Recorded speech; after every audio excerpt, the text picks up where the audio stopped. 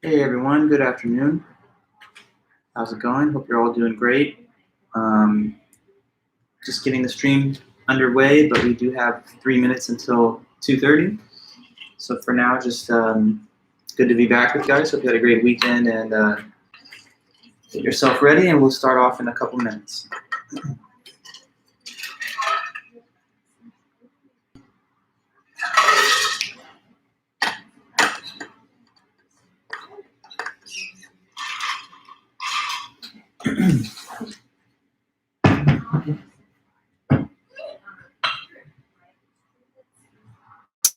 Hey Spencer, welcome back. Hi Moises.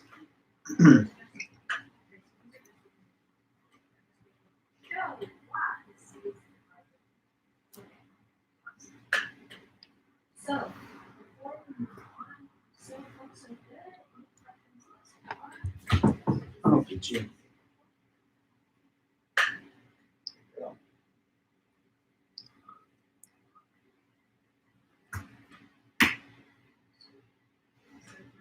Hi Tina, welcome back. Hey Diego, Catherine, good to see you guys too.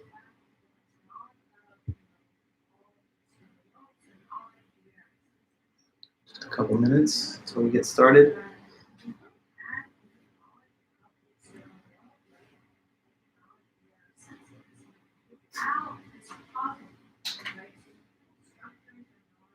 Hi, Emily. Welcome back to you. Just giving Peachy a little attention before I start the lecture so that she's happy. Good girl.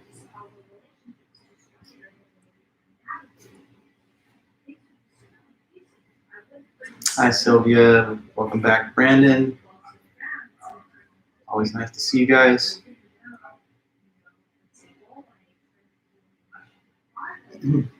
Yep, I'm doing well. It was a pretty relaxing weekend. I didn't have a lot of grading this time, so I got to just sort of chill. And we're close to the end of the semester. That's always nice too. But we have a couple of important weeks yet to come.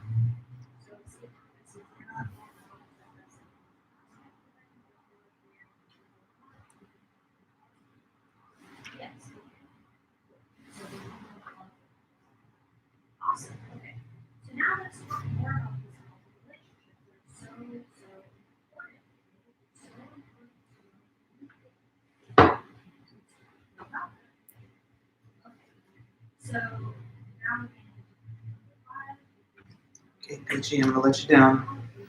Hi guys, good to see everybody. Annalie, Anthony, Alicia, Angelina, Derek, welcome back. And Ruby, David, yes, good to see you guys too. All right, it's 2:30 now, so I'm just gonna get these notes underway for us. Welcome back, everyone. Let me start off with one question. Did you happen to notice the essay prompts that I distributed on Friday? Let me know if you can confirm that you got those, and I'll just start off by quickly talking about those prompts. So yeah, you got it on Friday. I believe I mailed it in the afternoon. Okay, good, David. Thanks for the confirmation. Same, Tina. So and all the rest. Yeah. So the prompts. I want to just go over those with you guys one time while we're here together, and we will talk about the topics. So I'm looking at my copy right now, and if you haven't yet had a chance to look at it, do go ahead and check your notifications from our class, or at least go to the titanium announcements for our class, and you'll see it is the second most recent announcement, because I had sent the office hour link today after that. But anyway, I'm looking at the language on the directions, and here's what it says. So second essay for Philosophy 100. You have to write a 3 to 4 page essay, double-spaced, in 12-point font, with normal margins, on exactly one of these 3 topics below. And as before, no internet resources or assistance are permitted, and it's due in class on Monday, May 10th. So I made an extension of the due date. Instead of having it be Wednesday, May 5th, it's going to be the following Monday the May 10th. So that's going to be in week 15. This is currently week 12, so 3 weeks from today, that's when it's due. And that you have 21 days starting now to develop your topic and write your essay. There's 3 different prompts. You would write on just one of them, not all 3. I'm sure that you would know not to write on more than one, but sometimes it's something that a person might not have noticed. So just being clear, choose one of these 3 and not the other 2, whichever one you want. You report on that one only. Now there's 3 topics. The first topic has to do with some material that I'm going to start talking about today and in the next few weeks. So that has to do with our next subject in the course, which is philosophy of mind. And one of the reasons that I wanted to delay the due date is so that if people wanted to, they could choose to write on that topic, because we'll have better notes on it as we develop the notes this week and next week. And since there's still 3 weeks to go, that would afford you ample time if you chose to write on this option, the first option. So I'm just going to read the language of each prompt and go over them really quick. But before I do that, just about the format one more time. That's not different from the first essay. So the format anyway, you can just import that to the current essay. So 12-point font, normal margins, double-spaced, and the style guidelines that I gave you previously would still apply here too. So don't be too long-winded with an intro or conclusion. You can even skip them if you wanted for the sake of length, and focus mostly on just a clear analysis. Be straightforward, clear, and a minimum of literary embellishment. Just try to be as straightforward and direct as you could be, as though you were a lawyer presenting a legal brief, and your job is simply to inform the court as to what the argument was. Okay? Obviously, this is not about law, but you have to kind of have that clear, focused delivery of an argument that you do see lawyers provide. So anyway, the first topic is monism and dualism in the philosophy of mind. What it says is, explain the concept of dualism and monism, and then explain the concept of supervenience physicalism. Now, again, this is all stuff that we will reveal today and next week and in the coming meetings. So hold on for the notes, but it says to explain those things, and it says you may refer to the works of Descartes, Stoljar, Smart, and Turing. So those are going to be the 4 authors on this topic, and it just says that those are the 4 authors who you can use in constructing the essay. Finally, after you've provided the difference between monism and dualism and supervenience physicalism, you'll state your own view of whether you thought monism or dualism was the better view and why. Okay, so that's one option. The second option is about time and the metaphysics of time that we've just now kind of wrapped up. I have a little left over today to finish it, but we'll finish this today, this topic. Anyway, if you chose to write on the second prompt, it's about time. And what it says is, explain the way that Einstein changed the understanding of time with his theory of relativity.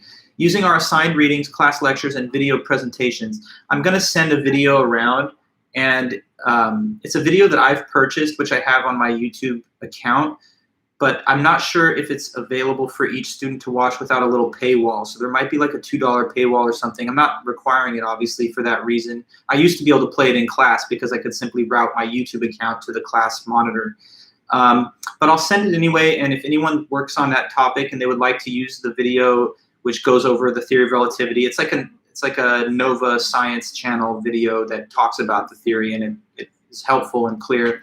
You could use that as an additional resource if you wanted to try and get it through the paywall that I'll send around later as an announcement. Anyway, as I'm reading the prompt, I saw that piece of language to inform you. The video presentation is something I'll send. But anyway, using the assigned readings, class lectures, etc., explain the idea of the relativity of simultaneity, the 3 ways that time is like space, according to Ted Sider, which we're going to talk about right now, and the way that space-time theory eliminates the idea that time moves. Finally, state whether you prefer Einstein's conception of time or the older Newtonian view that came before him and why. Okay, so that one's all about time. And then the third prompt has to do with knowledge and epistemology. So this one says, explain the classical idea that knowledge can be defined by 3 separately necessary and jointly sufficient conditions. So in that point, it's talking about the classical definition of knowledge, justified true belief. You would define and discuss each of the 3 conditions, and you would have to explain why they are all needed for knowledge, but why none of them is enough by itself, or even 2 out of 3 is not enough by itself. So for that part of the discussion, you might have to generate examples where a subject satisfies some of the criteria but not all, and then you'd have to explain why in such a case it's intuitively not a situation of having knowledge. You could also talk about the classical Greek dialogue, the Meno, and you could talk about how in it Socrates and Plato argue that justification converts a true opinion, a correct opinion, into knowledge and makes it something that's more stable and likely to last. You could talk about the metaphor of ropes and so on. Anyway, after that, you would explain how Edmund Gettier showed that the classical definition of knowledge was not sufficient. So you'd go into his preliminaries, then you would discuss, after the closure principle and stuff, how he thinks that in the Smith and Jones job hunt, for example, we see a subject have a justified true belief but still not have knowledge. And so you'd have to discuss some of his examples and cases presented. Finally, you would discuss whether you thought the classical JTB account of knowledge is correct, or did you think that Gettier's criticism shows that it's not the right account of knowledge, and why? So that's your options. So it's basically philosophy of mind, option 1, time, option 2, or knowledge, option 3.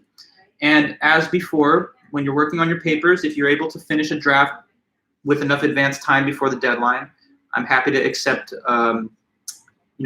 drafts for me to proofread or to give comments on. The only thing is you'd want to get that to me not at the last possible minute so that I would have time to review it and send back some comments. So usually that before the prior weekend, since this is due Monday, things coming into me before the weekend would be perfect, and then I could probably make sure to get someone's responses back. You don't have to do that, but if anyone wants to have some guidance and input, I'll help out and provide it. Just that's on your own initiative. So those are our topics. We will talk about the philosophy of mind material in the meetings to come, and we will finish up the last couple of points on time today. Any questions about all these things? If so, you may have them now, or you might not think of them now. If you do, let me know anytime, either in the class meetings, in the live chat, through email, coming to office hours. I'll be as helpful as I can, but that's the situation for Essay 2. After that, the last thing is just the final exam, and I'll distribute the final exam study guide before week 15 so that you can be ready to take the review sessions and prepare your notes for the test. So that's what's coming up, the test and the exam, the test and the essay. We've now shown you the essay prompts, so you can work on them at any time when you're ready. I would advise not waiting to the last possible moment, and from there, we just look forward to the final. When you do cite anything, you're only allowed to use your textbook, class notes, and common sense. But if you have some quotes, which I advise that you should have from our book, all you have to do again is put the quote in quotation marks, and please give the page number where the quoted section is from. So it's a good and well-advised idea to utilize some quotes from the book in the writing of your essay. All I'm asking, you don't need a works cited or a bibliography. Just place the quote inside quotation marks and place the page number in parentheses at the end of the sentence or passage, and that way I'll know where you found it. So yeah, it's all good. Just last kind of call for questions on this, but you can come back to it later if you come up with something later. I thought about this also. Edmund Gettier, this famous American philosopher who challenged the ancient definition of knowledge with his Gettier cases, Smith and Jones. He just died last week or 2 weeks ago. So literally, as I was teaching you this material, and I told you, hey, Gettier's still out there going strong, born 1927. Well, rest in peace. The legend Gettier is gone now, but he leaves behind a big legacy with that one paper. Actually, as I was reading about it, his death, I came across a fascinating statistic. So of all published philosophers in history of the world, he has the greatest ratio of words published to citations given. So like his essay, Is Justified True Belief Knowledge, that you guys have read, is only 900 words, very short. But it's been cited by thousands and thousands of authors over and over and over again in so many different works that the ratio of citations to page to word count is like the highest in all of history. So no one ever made such a big impact with such little amount of material. Anyway, so there you guys go. Opening today's meeting with discussion of the prompts. You have them. If you haven't looked at them, you can go and download, view, or print them anytime from the titanium announcements. Okay, so if that's clear then, I'm just going to say the last few things about Theodore / Ted Sider's article on time.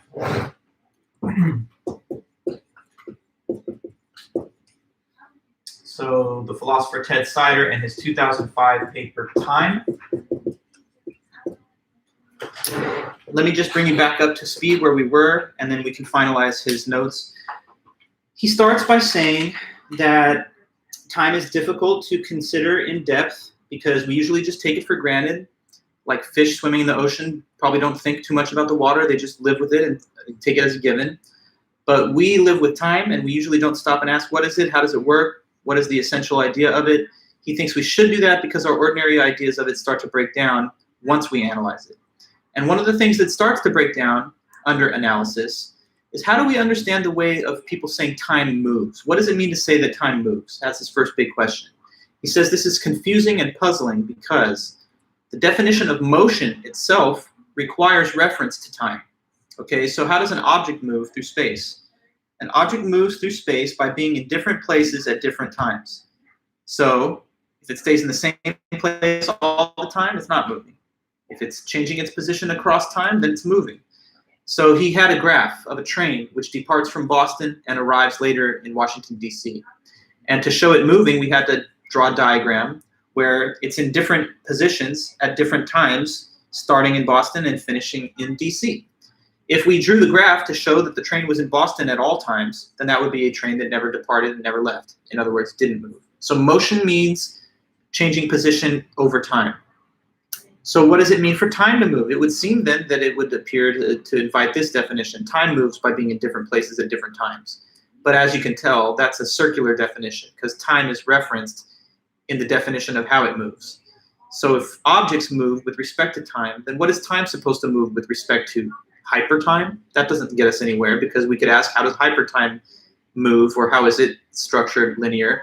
And then that would point us towards a third order sort of time, and that would lead to an infinite regress. Maybe the present moment is what is moving, and that better captures the description of how it is that time moves. We tried that as well. Sider says, let's consider the idea that the present moment is moving. So in another graph, it was to imagine that the present moment changes by being initially at 12 noon, subsequently the present moment is 3 p.m., further on in the day, 6 p.m. is the present moment, and then later on it's 9 p.m. But he said this does no better at explaining the concept because, again, what we would say in that case is that the present moment is in different places at different times. Like at one time it's 12, at a later time it's 3. But once again, then we're using time to set the boundary of definition of what it is for the present moment to move.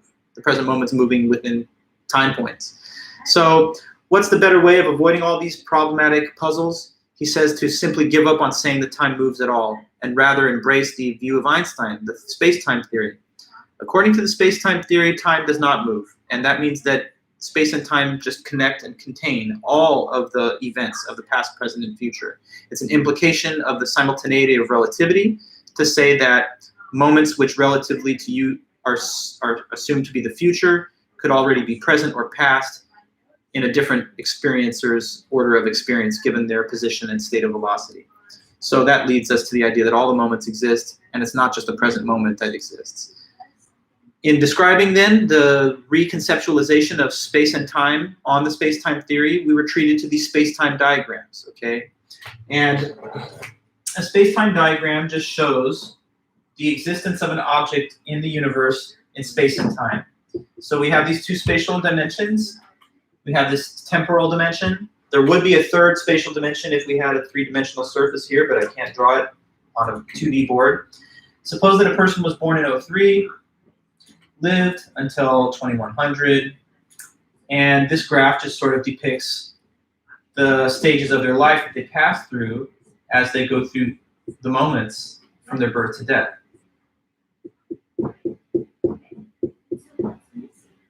Now, on this diagram, we say that objects have got both spatial and temporal parts. A spatial part of an object is just one of its body parts or physical parts, like my hands or my head or my feet. But a temporal part of an object is like one frame of its existence across time. So wait, can anyone define for me a temporal part? What's a temporal part of an object? Just checking in with you for a moment. Let me get that definition real quick. This is still just review of Sider, but since it's heady material, I don't want to just jump right in before we do the review. So what is a temporal part again?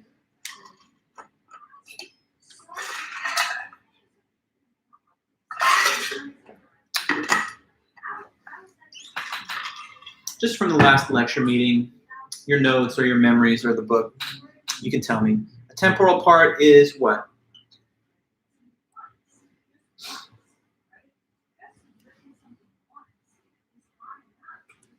Yes. So, well, Alicia, you say a part at one subsequent moment.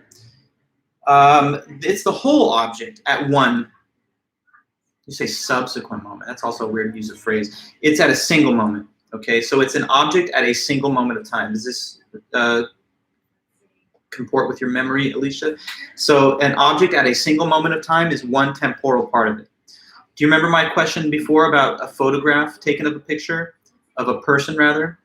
How many of the temporal parts of the person are shown in one still photograph? Well, it's one temporal part because that's the person in one moment of time. Okay, so like drawing this line, the space-time diagram is just supposed to indicate that like at that instant moment of time along the timeline, there was one temporal part of the person in the world. And so on the space-time theory, we are built out of our spatial parts, but also temporal parts. The temporal parts are the parts of us located in the future and past, and there's one for each moment of time that we exist in. And according to the space-time theory, we are stretched out through time like an accordion, and all of our temporal parts are located in that time sequence. So it's not just this present moment that's real. Us watching that lecture back on Wednesday, that's still a part of space-time. And that temporal part of you attending that lecture, or those temporal parts of you that attended that lecture, they're still in space-time. And the future temporal part of you taking the final, which relative to this current temporal part that's watching this lecture, that future temporal part is also real. So the entire sequence of stages, not just one at a time, they all equally exist.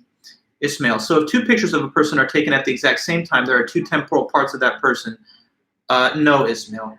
There's one temporal part for each moment in time. If you take two different pictures, they're just showing two different angles on the same temporal part if they're in fact taken at the same time. Does that make sense to you, Ismail? So a temporal part is just a moment. A photograph is a piece of, it's a technological result of capturing that moment with the shutter of the camera that records the light.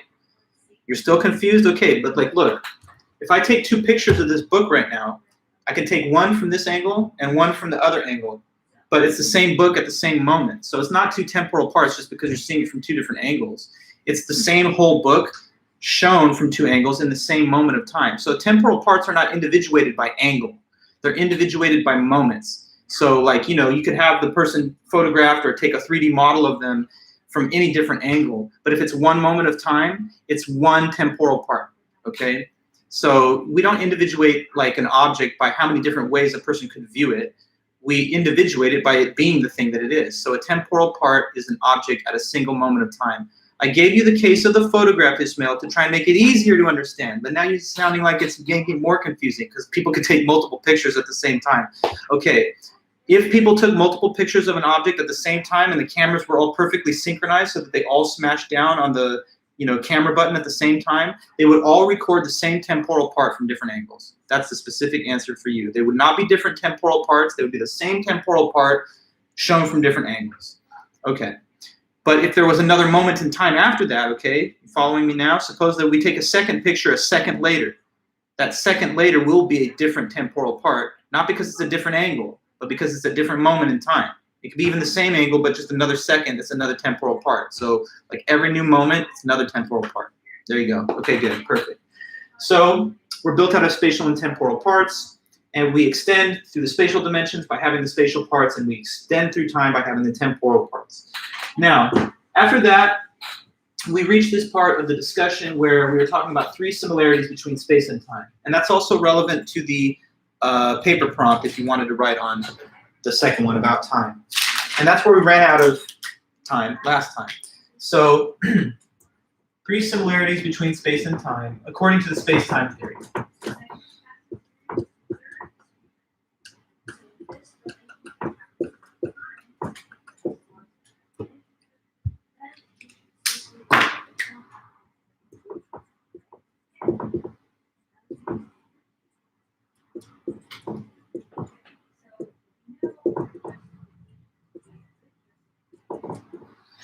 Okay, so the first similarity that we talked about, or just at least listed, was in terms of reality.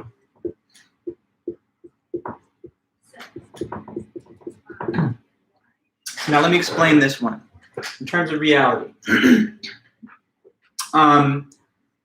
So objects that are close up to you in space are just as real as objects that are far away from you in space.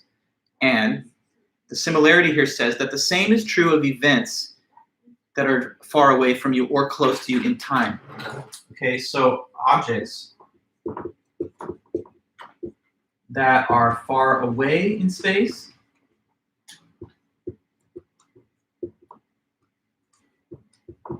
are just as real, like they still exist, just as real as objects that are far away in space, or sorry, that are close up in space. Thank you. The same is true of objects and events in time. Okay, so now I'm going to try and explain this with a simple example.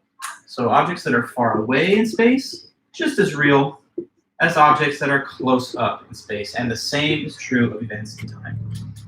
Okay, now, look at the marker here. And I'll just tell you honestly, it's a real marker. This is not a hologram or special effects. I'm really holding the marker. You can tell because I'm writing with it too.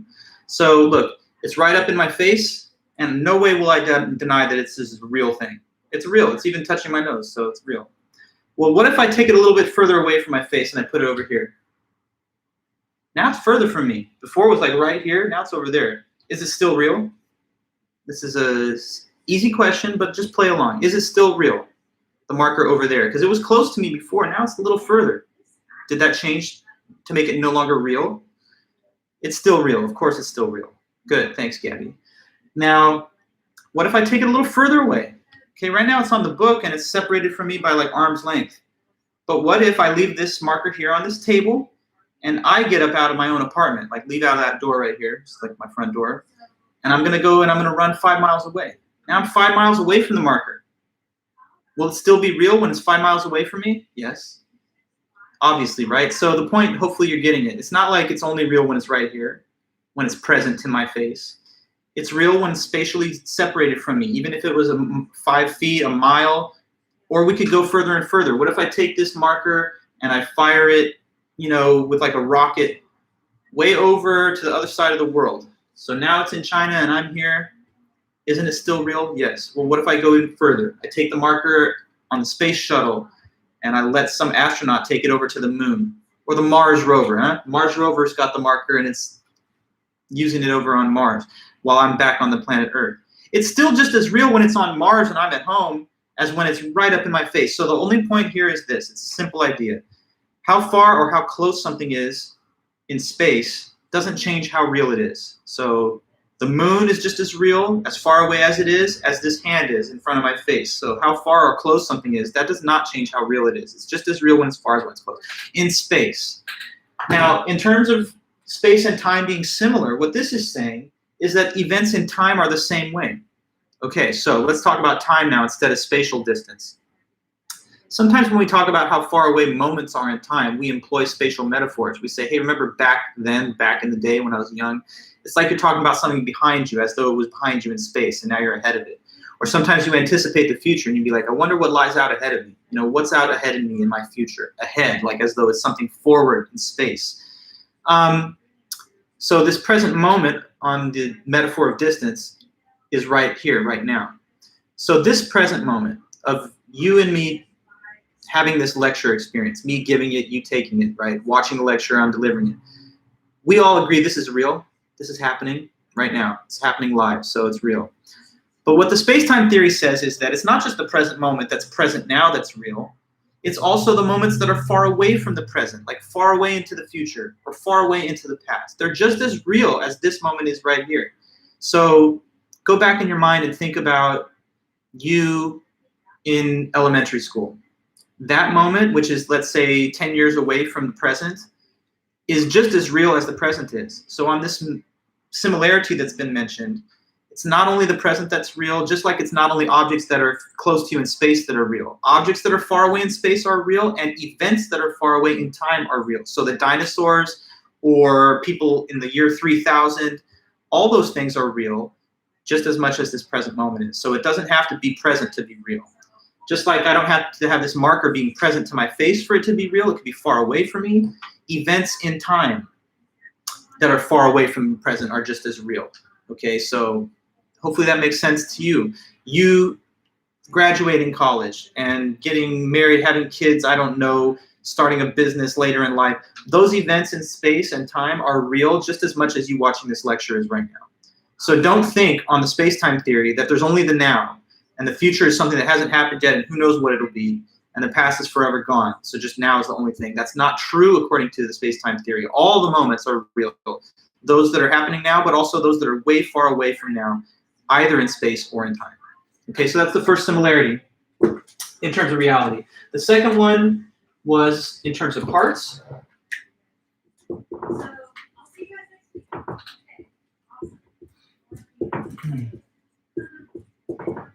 And all this is saying is that objects occupy space by having spatial parts, and objects occupy time by having temporal parts.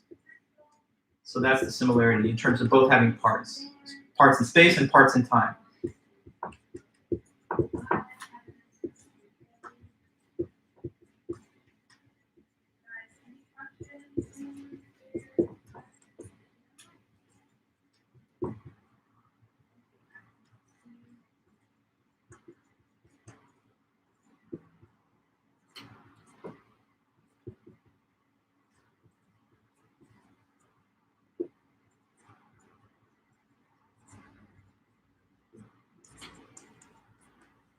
Okay, so objects occupy space by having spatial parts, and they occupy time by having temporal parts. So, right here's my hand. That's one of my spatial parts. The spatial parts are just the different parts of the object in space. Like, so with this table, there would be the legs of the tabletop surface, and those are various different spatial parts of it. That's why the table occupies some space here in my apartment. And the reason that I occupy space sitting on this chair is because I have, like legs, torso, head, etc., arms, and those things have volume and mass, and they take up the space. But objects also have parts that are not spatial, but temporal. The temporal part, as we said, is just an object, the whole thing, but at one single moment of time. So just as much as my left hand is real, and I'm looking at it, and I have no doubt about that, the space-time theory tells me to be just as certain and confident that future and past temporal parts of me, even right now, are also real. So I'm stretched through time by having temporal parts located at all these different time points. And I'm stretched through space by having these spatial parts that are located at the different points in space where I'm at. So they're both equally real. Future and past temporal parts are just as real as like your left or right hand. So there's another similarity. Spatial and temporal parts both occupy their own. Spatial parts occupy space, temporal parts occupy time. And the last similarity was in terms of those words here and now.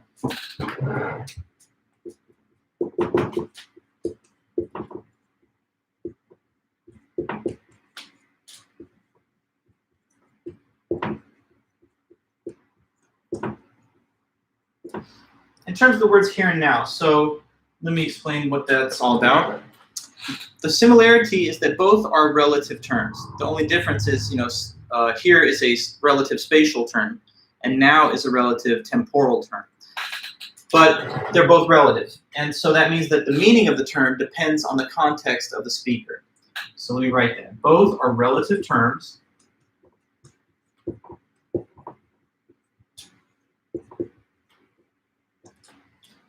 whose meaning depends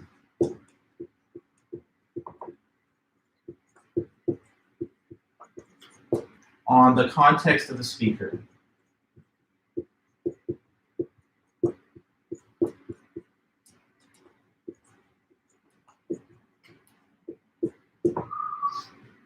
Okay. Ow. Yeah, so let me try and talk about that. Let me ask a question that I think will bring it out to the surface. It's kind of a trick question, though, so think about your answer, but try your best. If I ask you this, tell me what would be your most basic response. Where is here? Where is here? Where's the location of the place that we call here? Can you tell me where here is? Is there a point on the map that we can point at which says, oh, that's it. That's where here is. Where exactly is so-called here? Think about that. Just tell me where's here.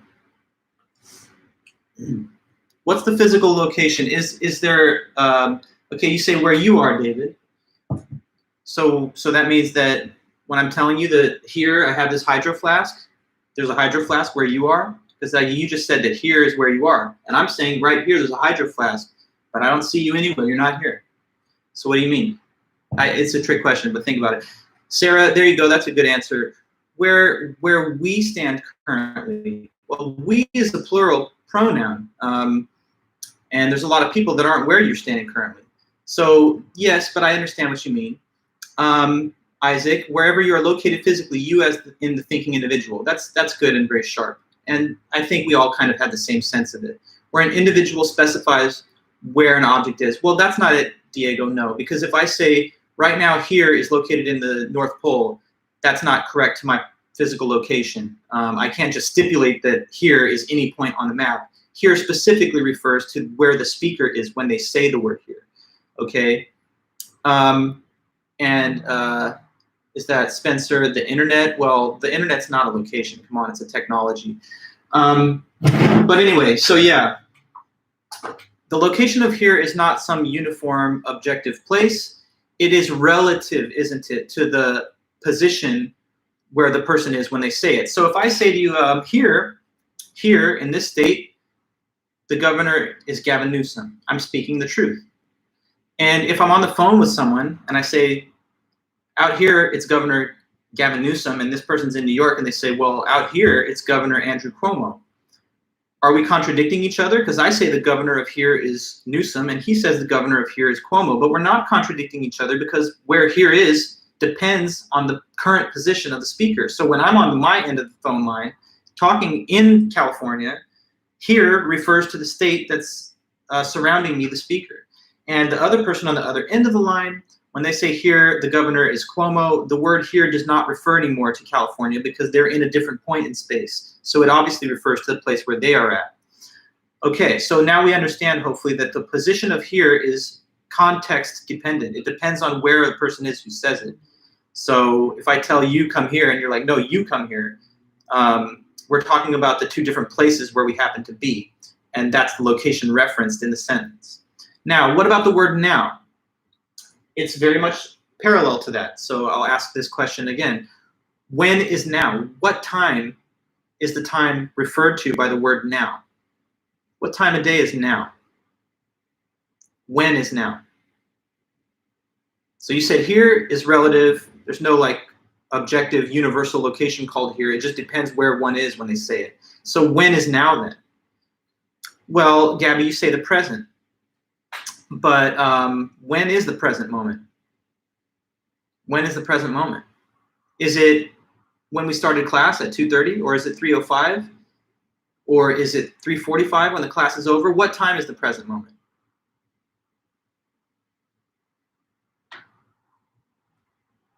We know that now refers to the present, but when is that? It depends on what? So you follow the same format from the word here. It's the same with now. So whereas the word here refers to the space around the speaker when they speak, now refers to what time point? Gabby, you're the only one that's going to try. Come on. When does the time now refer to? Okay, so it sounds circular, but like present time right now. Well, yeah, you're struggling with this because you're not seeing the relativity in it. You're still, I think, caught up in the old school way of thinking about space and time, where the now, this moment, has some kind of special meaning. But on the space-time theory, there's nothing special about the moment now. Now is just whenever a person says what word. So can you finish that one? Now is the time that is happening when the person says what word. So here is wherever the person is when they say here. When they say the word here, here refers to where they're standing in space. Now refers to the time that a person is at when they say what word? Yeah, when they say the word now. Okay, good. So take this temporal part of me right here. I say Now we're learning about Ted Sider's article. I look at my watch and what it says, well, I mean, the clock is running, right? But it's roughly 3:07 p.m. on April 19th of 2021. So the word now, as I'm saying it, refers to this current time, 3:07 p.m. on this date. But if people were studying Einstein 100 years ago, take a university class learning about the living Einstein in 1921, when they say, okay, now let us open our books, what time did they refer to back then when they said now? They weren't referring to April 19th of 2021. They were referring to whatever date and time it was when they said those words. So now is also relative. Now in the mouth of a speaker 100 years ago refers to that time 100 years ago. Now in my mouth right now refers to the current time as shown on my watch right now, which is 3:07, right? But now spoken by a future person 100 years from now. Imagine that. It's 2121. And they say, hey guys, we're going to study modern American history. We're going to learn about the beginning of the 21st century when we had the coup attempt and when we had the coronavirus pandemic. What a fascinating time when social media started to exist and the internet. And they're going to be like looking back to 2021 and they say, let us now open our books. At that future date, the word now refers to 2121. Okay, so now is not some kind of special moment. Now is just whenever a speaker says the word. Just as here is not a special place. Here is just wherever a person happens to be standing or whatever when they say the word here. So this disabuses us of the notion that many of us really have fundamentally in our mind that there's some special moment of now and that there's only the one now and no other moment in the past or future could possibly be now. On the space-time theory, any moment is now, whether it's past, present, or future. It's just indexed to the context of the speaker who says the word. So now in the mouth of a future person refers to the future time. Now in the mouth of a past person refers to the past time when they spoke the word. And so there's not any single moment of now. Isn't that weird? You would have thought that now, this like 3:09 time, is the only now. But according to the space-time theory, there are temporal parts of us. Again, there are temporal parts of us and other human beings in space-time, and they're located at these different points in time and space. So now, relative to that time point or spatial time point, it refers to a different time than this. Okay, so 3 similarities between time and space. He says once you grapple with those similarities, you'll start to kind of comprehend the changed understanding of space and time that the theory of relativity advances to us. One benefit of this theory is that we no longer have to speculate or explain how time moves, because on this paradigm, it's not moving at all. All the moments are there. The past, present, and future is already fully set out, and we're just objects that have spatial and temporal parts caught up somehow in this big superstructure of space-time. Some people think that this is a great way of looking at reality. It is the consensus view of modern-day physics and science, as strange as it is. But other people find it so implausible that they can't accept it. I don't know, it's not usually scientists or philosophers that say this, but a lot of everyday folk just find it to be mind-boggling and too weird. He quotes a possible critic saying things like that. Let me read the words of his imagined critic on the point. So just finding it here. He says, some people can't accept this. They will say this: past and future objects do not exist. The past is gone and the future is yet to be. Things do not have temporal parts. At any time, the whole object is present, not just a temporal part of it. There are no past or future parts left out. And now is not like here. The present moment is special, not like the relative part of space around someone when they say the word here. So because of those kind of counterintuitive aspects of the theory that says, you know, there's not just a present moment, there's temporal parts of us in the past and future, there's no such thing as any of these things coming into being or going out of being, that's very strange, and some people reject it because of how bizarre it sounds. Another reason that some have to reject it is that according to the space-time theory, nothing really changes. Let me try and explain that possible criticism really quick.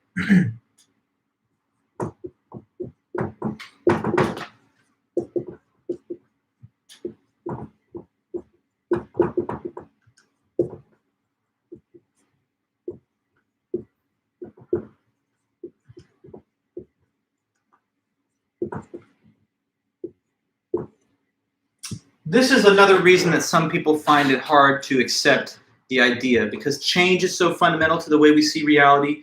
And on the space-time theory, nothing actually changes technically. Let's try and understand why that would be an implication of the theory. So let me talk to you about a little hypothetical. Oh, hey, River, good to see you, not to worry.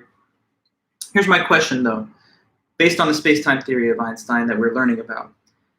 So say that a person gets a haircut which changes their appearance. They had long hair, and then they get the hair cut, so it's short afterwards. It's short style. Now, one common statement based on that event would be, your hairstyle has changed. It was long, now it's short. Now, if you're following the space-time theory, can any of you guys try to tell me why you think that, technically speaking, nothing has changed, even though it looks as so, to the person who sees the before and after of the haircut? Why is it that on the space-time theory, there is no change has happened at all? What would be your reason for saying that, or how could you explain that according to the theory? Person had long hair, go to the salon, now it's short. You can see a before and after picture. One still is long, the next is short. How come this would not be credited as change according to the theory of space-time? Can you tell me that? A simple haircut. How come it's not really true on the basis of the theory to say that anything has undergone any change? Try and tell me that.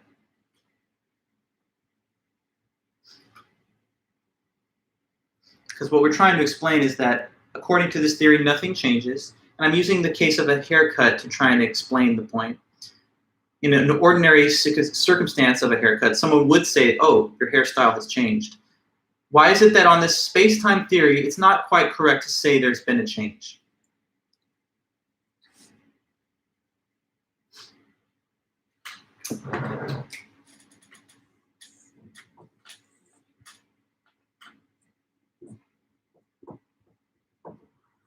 I'm still waiting for your answer, though, by the way. So I'm not just turning away because I'm like, don't want you to answer it. You have to answer it. I'm just drawing stuff for my own fun. Why is it that there's no change?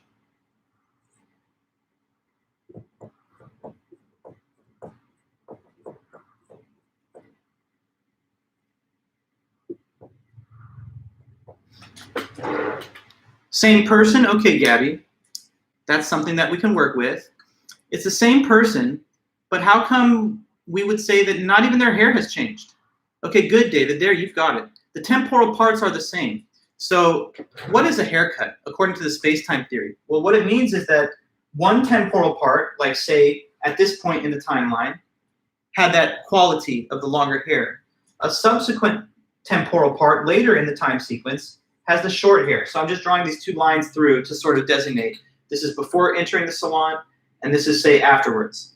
Now, this temporal part has long hair. This later temporal part in the sequence has short hair.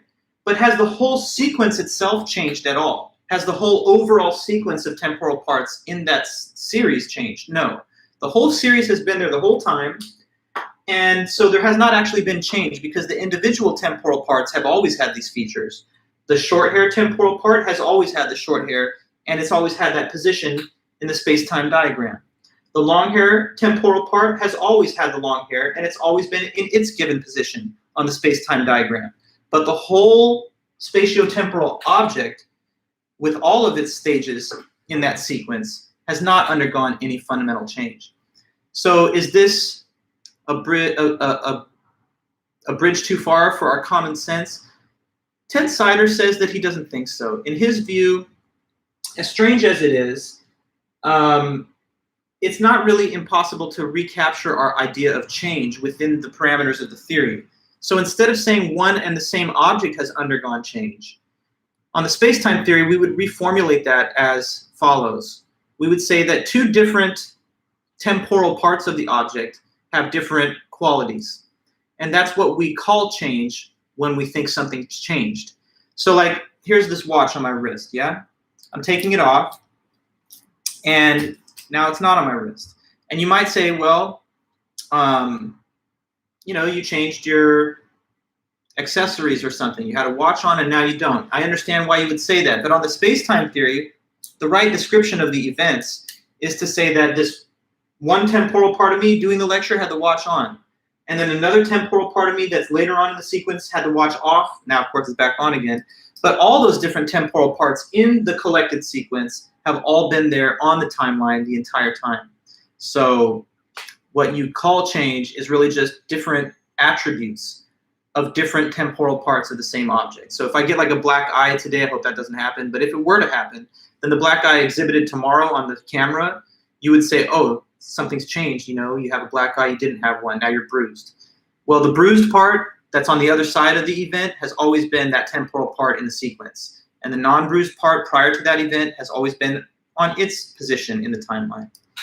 I was watching this Netflix thing the other day, so sometimes film and media explores themes that we find in science and philosophy, and that can be helpful. And I was watching this thing, it's called Synchronic. I don't know if it's good or bad, I have to finish it actually, so no spoilers, but I'm midway through it, and they're dealing with some of this heady stuff of space and time. Basically, like the plot, I think, is that, yeah, there's like a particular way where you can send yourself into a different point in space-time. And they actually talk about Einstein a little bit in the movie, just very brief off to the side. At one point, they're trying to explain to somebody how like all the events can be there, even though you're only experiencing them one at a time. And they use this metaphor of a record. Now, I know we don't like use records or really even CDs that much anymore, but go back in your mind to the old school example of a big vinyl record. Now, when you look at the record, all of the song and the whole album is all there. It's just all there. But the needle that passes over the record shows you parts of it at a certain time, right? Now, a human being in the space-time theory is like the whole record. All the events from the beginning to the end, they're all contained.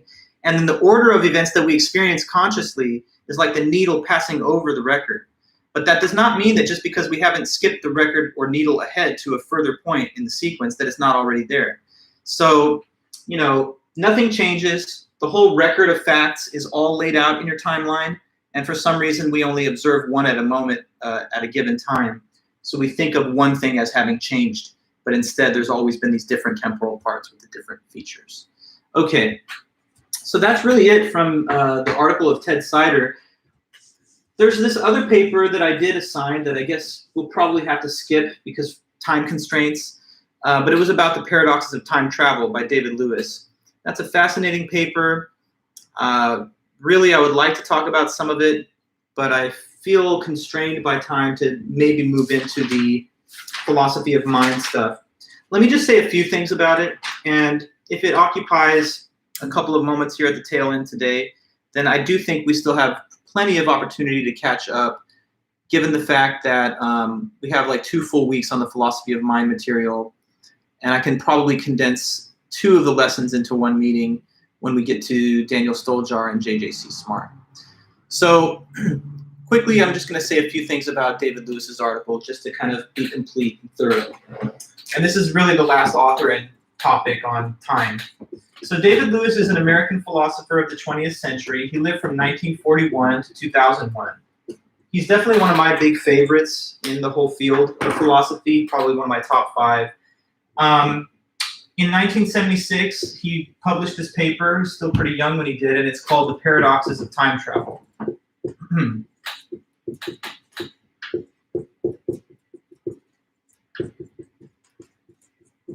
So if space and time are very similar, you'd expect to be able to access points in space-time that are not just the present moment. Like if the past and the future are real and they're not just the present moment that exists, then you would expect it to be theoretically conceivable to travel to the past or future from the present.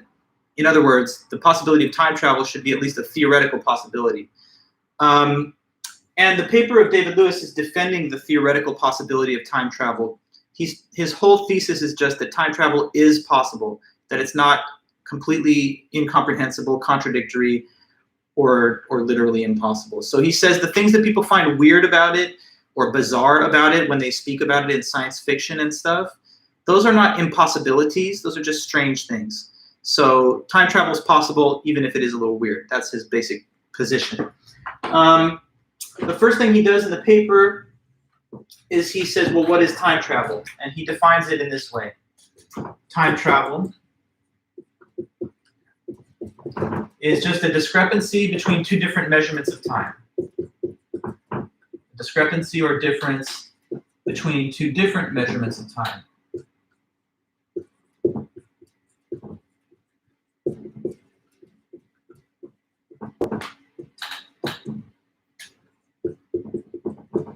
Okay, now to explain that, I'm going to give you this little example. Suppose here's a person, okay, and they're about to walk into this cylinder type of device. So they go into there. And when they go in, on their watch, it said that it was 11:55 a.m. 11:55 in the morning. And they get in there, and they spend what on their watch says 5 minutes, okay? Then they exit the cylinder. Now they're outside of it. So here's my question. Suppose that when they get out of the cylinder, all the clocks on all the walls say 12 noon, 12 p.m. Would that have been a time travel device if that's what the time shows on all the clocks when he gets out? On the same date, okay? So like he gets in 11:55 a.m. tomorrow, April 20th, and he spends 5 minutes inside according to his watch, and he gets out and it's 12 noon. Would that have been time travel, yes or no? If you walk into a cylinder, spend 5 minutes in, and then when you get out, your clock and all the other clocks show the time is 5 minutes later. Would that have been a time travel situation or no?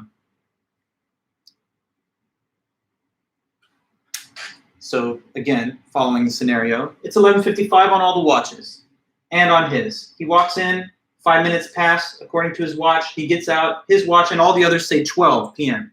on the same day. So no, that would not be time travel. Correct, David? Yes. In that case, this man just walked into a shipping container, stood there for 5 minutes and got out. And that's not a time travel machine. That would have just, been not time travel. Or if it is, then I guess we're all time travelers, guys. But in a very boring and uninteresting sense. All of us travel through time from the past to the future at a solid constant rate of 1 hour per hour. But that's not time travel as it is understood in science fiction. Time travel means that you're passing through time at a different rate than everybody else. So what 5 minutes is for you is either more or less time than that for everybody else. So for example, if this guy goes let's say 2 hours into the future, right? Then even if he spends 5 minutes in there according to his watch, the watch is traveling through time with him. So when he gets out, his watch will say 12 noon. But if this is a future time travel machine and it takes him 2 hours into the future, then what should all the external clocks say when he gets out? Can you answer that one? So if he takes a quick trip 2 hours into the future and he spends 5 minutes of his own time in the machine, then when he gets out, his watch will say noon, but all the others should say, if he's boomed 2 hours into the future, the external clocks should all say what? Just basic math. So if he gets in at 11:55 on his clock, spends 5 minutes of personal time inside, exits, his clock says noon, but he's traveled 2 hours into the future, so all the other clocks should show, well, David, I was going to go with 2 p.m. to make it a round number, but I understand that you're adding 2 hours to the original time. I was just adding 2 hours plus the 5 minutes of time he spent inside. But either way, let's go with 2 just to keep it as a round number. That would mean that time is not the same rate of passage for him, the person, and externally. So if he gets out and his watch says 12 noon, but all the other external clocks say, I guess I didn't make that big enough, 2 p.m., there's a discrepancy.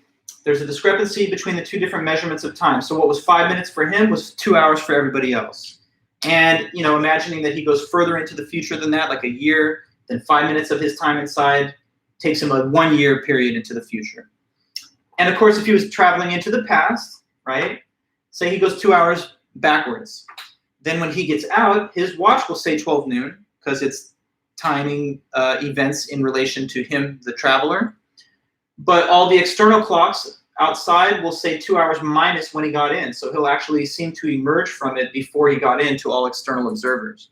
They would just see someone walk out of there at 10 a.m. and be like, how did you get in there? And be like, oh, I went into the future. Okay, so a discrepancy between two different time frames. The time frame experienced by the traveler and the external time frame. How is that possible? So here's the first possible paradox of time travel that Lewis wants to try and explain away. First possible paradox. I can write the word, sorry.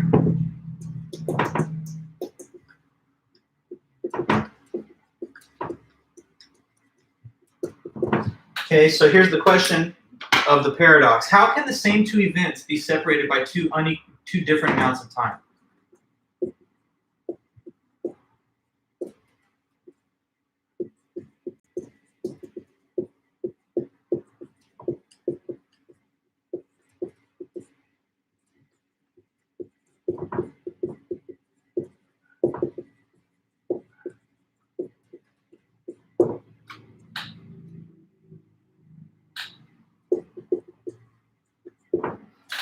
See, that seems to many people already to be something that's outright inconceivable and impossible.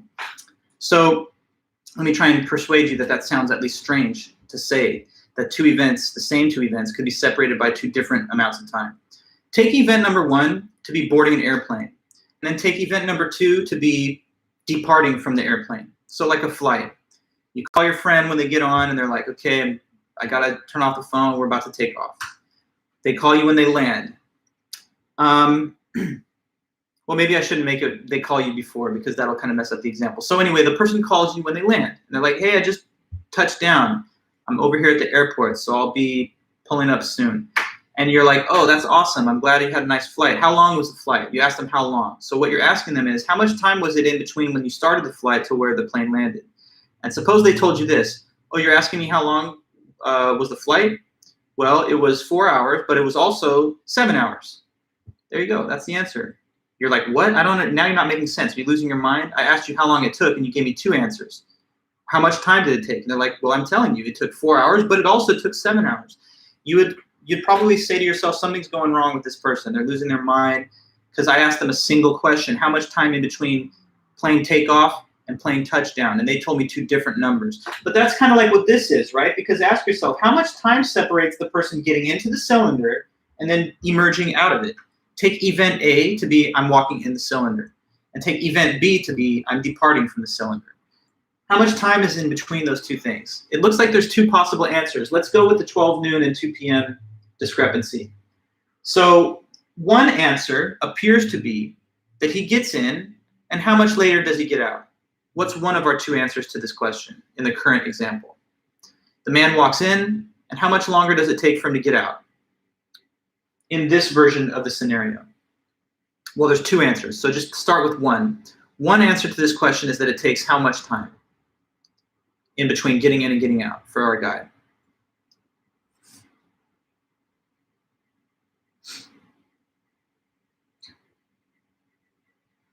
As you can see on the board, one answer to this question of how much time between getting in and getting out is 2 hours. That's right, Gabby, because that's what everyone else would see. They would see the man walk in, and they'd be waiting, and 2 hours later, 2 p.m., he pops out according to their clocks. But another answer to the question is also available. And what's the other answer, Gabby or anybody else? You can also look at it as though he gets in and it takes how much time before he gets out? 2 hours is one of the two answers. What's the other one? 5 minutes. Yes, David. Because in his own experience, it's a 5-minute interval of time. He walks out, his watch says 12 noon, all the others say 2 p.m. So what's the right answer? Was it 5 minutes or was it 2 hours?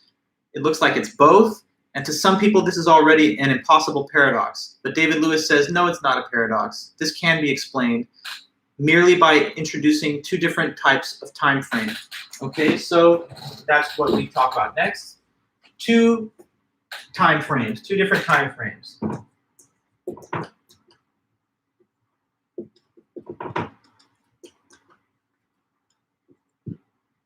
So the two are personal time and external time.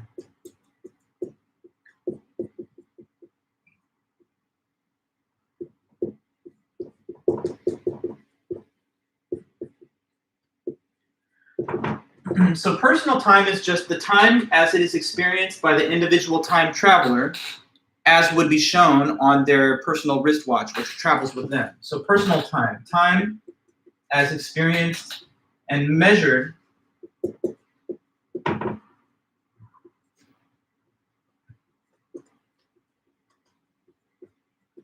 by the individual time traveler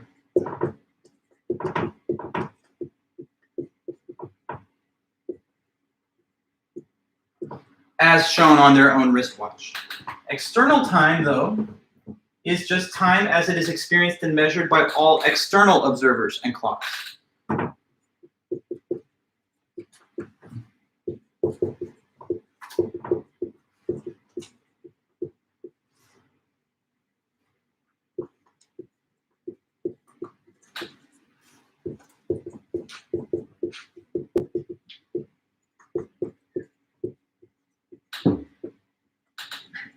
So now with the introduction of these two different types of time, we can give a more precise answer to the earlier question that we had. How much time is in between this guy getting in and getting out of the cylinder?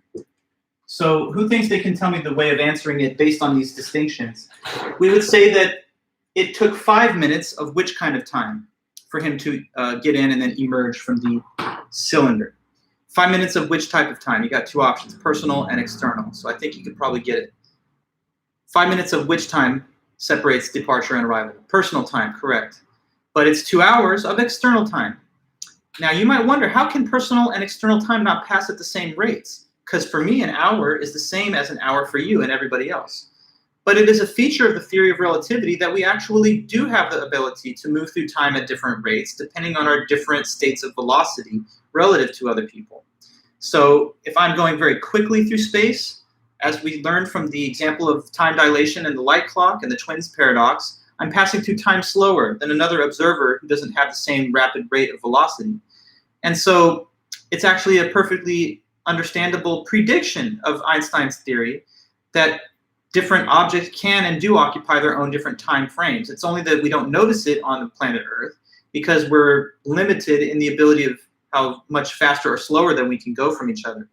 But if we did have the means by which to accelerate ourselves close to the speed of light, then personal and external time would always be out of sync, and we would have to keep on resetting our watches after we zoom around at that speed and stuff. So he says, yet one paradox has been batted away and dismissed. Somebody might have thought it's impossible right away to think that an hour for me could be 10 years for like the world. But it's not impossible on the basis of distinguishing personal and external time. Using the same distinction, he says we can make sense of what otherwise would have sounded like totally contradictory statements. Suppose that I was going to get into a time machine. So, I mean, look, prospects for this stuff actually ever being developed are not very good. So this remains purely theoretical for the time being. But suppose that, Elon Musk comes out with, the Tesla time machine or something. It's in beta version and someone uses it. Suppose that person's getting in and they're like, hey, this is so crazy. In 15 minutes from now, I'm going to be watching the Beatles live in 1966. Now, hearing that statement, it sounds like that's gibberish. That's nonsense. How can you be 55 years in the past 15 minutes from now? That sounds like you're saying in 15 minutes into the future, I'll be way behind us in the past. How can time go in both directions? Well, with personal and external time on the table, we can make sense of that weird sounding statement.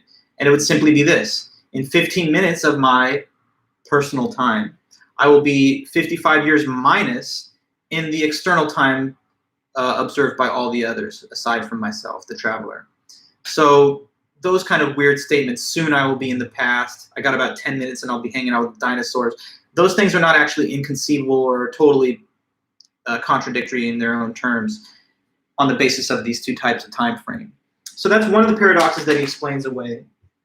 Let me just talk you through a couple of the other ones with the last few minutes of class, and then we'll really start with philosophy of mind on Wednesday, and we'll make sure to cover in good depth and detail the whole essay by René Descartes on Wednesday and pursue the remaining lectures from there. If I have to delete something later, I'll let you know. For now, I don't think that'll be necessary, but it's possible that one essay could hit the editing table. If so, it won't be one of the ones coming up in the list just now, but later on into the semester.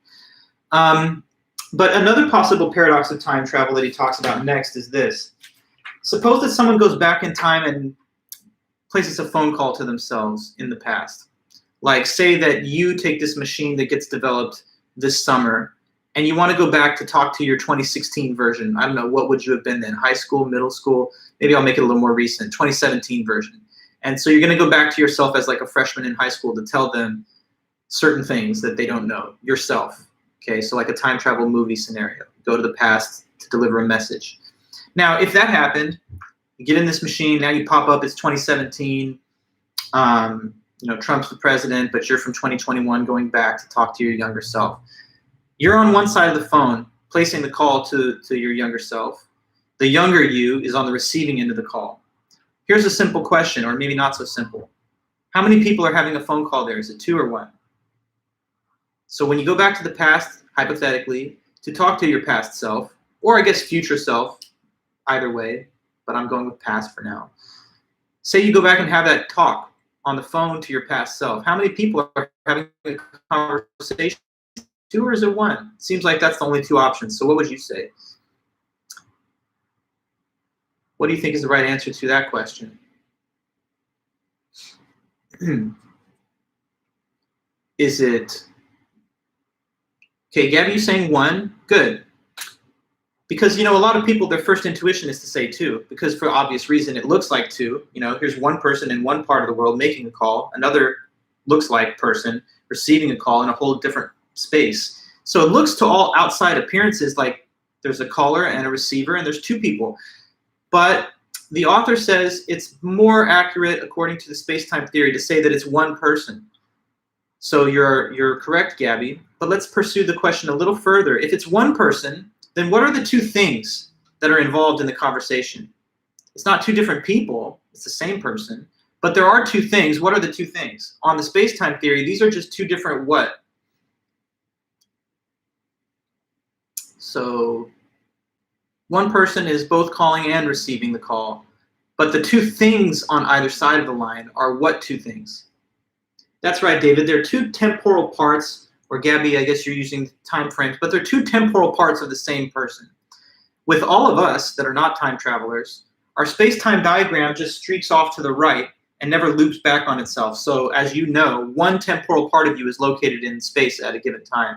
There's not like a future or past temporal part of you also walking around with us, unless there's a future time travel version of you that you've not learned or met yet. So there's 2 temporal parts of the same person. Why is it better to say that those are 2 temporal parts of the same person instead of saying that they're 2 completely different people? Well, David Lewis says the reason that he favors the interpretation that it's 1 person with 2 temporal parts is because you can remember being the earlier stage. And when you're dealing with different people, there's no psychological connection of memory. So right now, if I ask you to think about the year 2017 and what you were doing, you can remember being that younger person in that year. And so if this was a real scenario that happened, you would also remember having received the phone call at that earlier time, now that you're the older person making it. So the 2 temporal parts are connected through psychological continuity and memory. But like when I'm talking to you right now, I have no memory of your past because it's not me. So I can't remember what your last birthday was like, or I can't remember what your high school graduation was like. I can only remember mine. But if I was interacting with the prior temporal stage of myself, then I would have the memory of being at that stage in the sequence. To make this even more clear, we can show a space-time diagram that shows the concept of backwards time travel where one interacts with their past self. So suppose that this hash mark represents the birth year of 03. The person dies in 2100. So they're living, and then wait, it's 2021 all of a sudden. That's when the time machine comes out, let's suppose. So now they decide, I'm going to go back to 2017 and just have a little conversation with my past self. So at this point, the space-time diagram will loop backwards. And there will be a little part of it there in the 2017 year. And then let's say they're done, they go back into the present and continue living on into the future until 2020, 2100 when they're done. Now, in a normal space-time diagram like this, where there's no time travel involved, if you were to cut a cross-section through the space-time diagram, you're just going to see 1 temporal part of the individual at that point in space. With this one, though, if we cut a cross-section through times earlier than 2017, we're just going to have 1 temporal part, the initial part in the early sequence of this timeline. But if we draw a cross-section now through 2017, look at what we see. The vertical cross-section cuts through both this temporal part located in the original 2017 and the subsequent temporal part of the person that's come back to interact with them. So since it bisects the line twice, or I should say passes through the street twice. We have 2 temporal parts there. Suppose that after they get back to 2021, they thought, you know what, I actually need to go back. I left my phone in 2017. I don't want that to be back there, so let me go grab it. Taking another trip back to grab the phone. Got it. Okay, cool. Now I'm back in the present and future. Then if we cut a cross-section through, there would be 3 temporal parts. So for each trip back, you generate another temporal part of the same person in space at that time. For all of us, our space-time diagrams are not complicated by travel to the past or future. So for better or worse, probably better, we just have 1 temporal part in the universe at a given time. Okay. After that, the last little thing in his essay talks about what about being able to change the past? Would it be possible for a time traveler to go back and alter events from the way they happened originally? And basically, the author, Lewis, says, no, that's one thing that you couldn't do, because it would lead to a contradiction in the timeline of history. And such contradictions are considered to be logically impossible. Take, for example, the fact that you were born. There you are watching this lecture. I'm happy that you were born. But since you have been born, there's nothing that could possibly happen in this universe to eliminate that fact from ever having happened in the beginning. I mean, you could die now, of course, but there's nothing that we can do to eliminate the fact that you were born, like delete that or edit that out from the universe. So he asks a question about that type of scenario. Suppose that someone wanted to go back into the past and kill their own grandparents at a time when the grandparents were young and in their prime, so that they could never have generated their own birth parent to lead to their existence. The question is, could someone succeed in the assassination attempt? And it appears both possible and impossible. He plays with the 2 sides of that intuition. On the one hand, it would seem impossible to succeed in the assassination attempt, because if you did kill this grandparent, then that would have eliminated the conditions that are necessary for your own birth. And if you had never been born, then clearly you couldn't have gone into the past to kill this grandparent. So it seems logically impossible for the successful attempt to go down. At the same time, though, if you actually were in the past, someone might think, well, why can't I? If I'm back here in the past and I have a rifle and I'm trained and I want to kill the person, why shouldn't I be able to? Lewis says that ultimately the attempt would have to fail for the universe to remain consistent with itself, because we cannot have it that both the grandparent conceived your parent and then also was prevented from doing it by the assassination. So in the end, the attempt will fail, but for some basic reason, like the gun will jam, or you'll miss your target, or at the last moment, it was a case of mistaken identity, killed the wrong person, oops. But whatever happens, we already know how the story will end, because ultimately it's part of the destiny of the temporal parts that are located in space-time for this individual to give birth to the parent of Mr. Time Traveler. So, so it may seem like it's both possible and impossible, but he says you can alter the past. So even if you could go there, all you would be able to do is witness how things played out, not change things from their original sequence of events. And I think that's kind of weird and interesting. Last thing I'll say now that we're totally done with the time topic is that if the space-time theory stuff is to be believed, and if it is correct, then me and you are also kind of like this time traveler in an interesting sense. Because if all of our space-time parts are located in space-time, then all of the future stages of you cannot possibly be changed or made otherwise, because they're already there. Just how you know you can't change the past? Well, if the space-time theory is correct, you also can't change the future, which is just as much set as the past was. So if that's true, then ask this question. Could you have possibly not come to this lecture today? On the space-time theory, there's an interesting sense in which no, you couldn't have avoided it. Why not? Because it's an event that's located in your timeline of stages. And therefore, it was predestined that it would have always happened. In fact, I don't know if I should say predestined, because that's in a way a misnomer. If all the events are equally real, it's not like they're unfolding for the first time, but they've always been as such, and they've always been what they are. So our destiny, I guess, is to have this class and this class meeting together. If the space-time theory is to be believed, you cannot do anything contrary to the actual events that you take on. So when I tell you in the beginning of the class that contingent truths are things that are true but could have been false, sometimes students react to that by saying, that's weird, come on.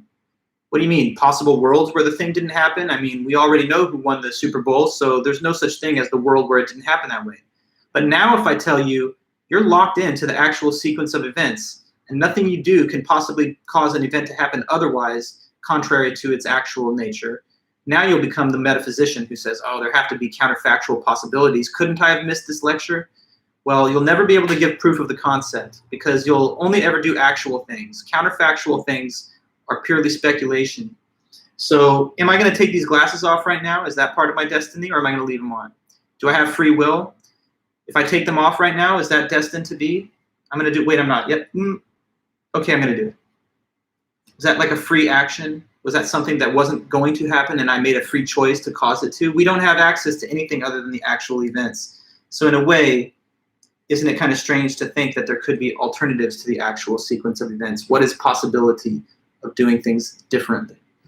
Well, that's where I'll close this meeting, and that's where we'll close our Philosophy of Time lectures. So now we will really begin in earnest on a clear new topic on Wednesday. That's Philosophy of Mind. And for those that are interested in that topic on the paper prompts, you'll want to take good notes and attend those lectures so that you have that option.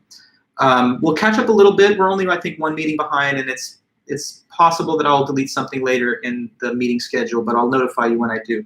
So for now then, guys, let's call it a day. I appreciate your attendance as usual. And hopefully, again, our destiny brings us back together on Wednesday. I'm sure it will. But if it doesn't, then there's nothing I can do about it. And if it does, then there's nothing you can do about it. All right, guys, have a great one, and I'll see you soon. Thanks so much. Bye-bye.